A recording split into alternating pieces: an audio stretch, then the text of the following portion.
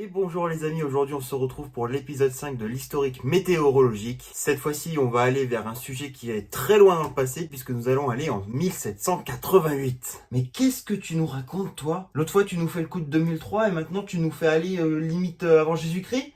Ouais et alors?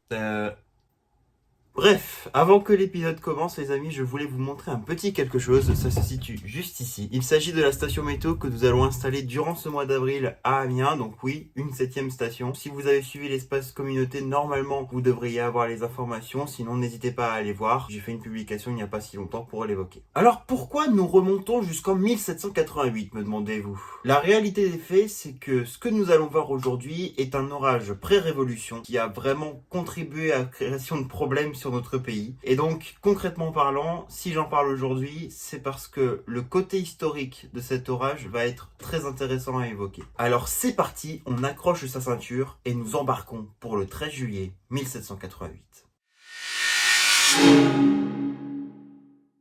Avant que cet orage ne se produise, les récoltes céréalières sont déjà très impactées sur le pays en raison d'une sécheresse qui s'aggrave de semaine en semaine. Très vite, les pourcentages de pertes sont en hausse. Globalement, nous avons le droit à quelque chose qui n'est pas très bon, déjà avant cet orage. Malgré cela, Louis XVI, notre roi de l'époque, n'a jamais décidé d'arrêter les exportations de récoltes. Par conséquent, le pays s'expose d'ores et déjà à des débuts de pénurie et les choses ne vont pas s'améliorer. Pour cet orage, il faut savoir que certaines informations que je vais vous donner sont des pures hypothèses, des hypothèses basées sur les analyses de Kéronos notamment, surtout au niveau de la structure de l'orage et de son type. Tout commence le 12 juillet. À ce moment-là, des orages se développent d'ores et déjà dans la Normandie, avec un phénomène venteux assez important. Sur cette soirée, on peut parler d'hypothétiques supercellules ou au moins des multicellules, mais malheureusement, comme vous le savez, on reste dans l'hypothèse, donc à prendre avec des pincettes. La grêle était aussi bien présente, mais ce n'est rien du tout à côté de ce qui nous attend ce 13 juillet. En tout début de matinée, des orages se forment dans les alentours des 5h, 5h30 au niveau de la Charente-Maritime ainsi que la Dordogne. À ce moment, ces orages sont déjà forts et produisent déjà de fortes chutes de grêle ainsi que de fortes rafales de vent qui détruisent notamment des arbres fruitiers ainsi que des vignes.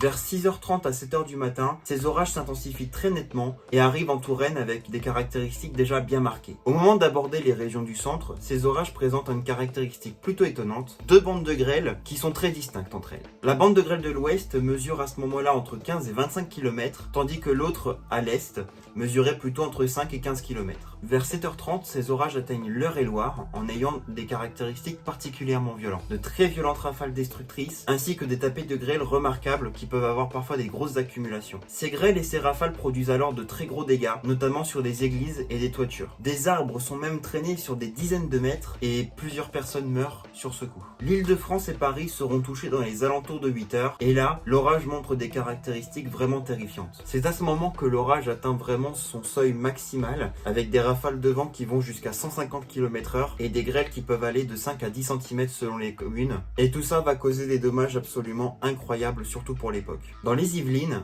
le château de Rambouillet est vraiment pris par la grêle et 11 749 vitres sont brisées, ainsi que les tuiles. Les trous observés par le contrôleur du bâtiment sont unanimes. Il y a énormément de trous et certains vont atteindre jusqu'à 8 cm, ce qui prouve la taille des grêles qui était absolument gigantesque cette journée-là. Également, c'est le château de Vincennes qui est impacté de la même façon que celui de Rambouillet. Vers 9h à 9h30, ces orages atteignent la Picardie. Ils touchent dans un premier temps Beauvais, puis se dirigent vers le sud-est de la Somme, en produisant toujours autant de gros dégâts en lien avec les fortes rafales de vent, les très violentes rafales de vent, ainsi que les grêles destructrices. Enfin, ces orages atteigneront avec toujours autant d'intensité le département du Nord, avec Douai dans les alentours de 11h, puis Lille un peu plus tard. Des vitres sont alors encore une fois brisées, tout comme des bâtiments sont endommagés et des arbres déracinés. Vous l'avez compris, durant cette matinée du 13 juillet 1788, la France a connu un orage absolument dévastateur et exceptionnel en termes d'intensité. Cet orage aura tué plusieurs personnes ainsi qu'un nombre incalculable de bestiaux comme les vaches, les moutons, le volaille, etc. Au niveau des dégâts, on les chiffre financièrement à quasiment 25 millions de francs. Si mes calculs sont bons, en euros, cela donne plus de 3 800 000 euros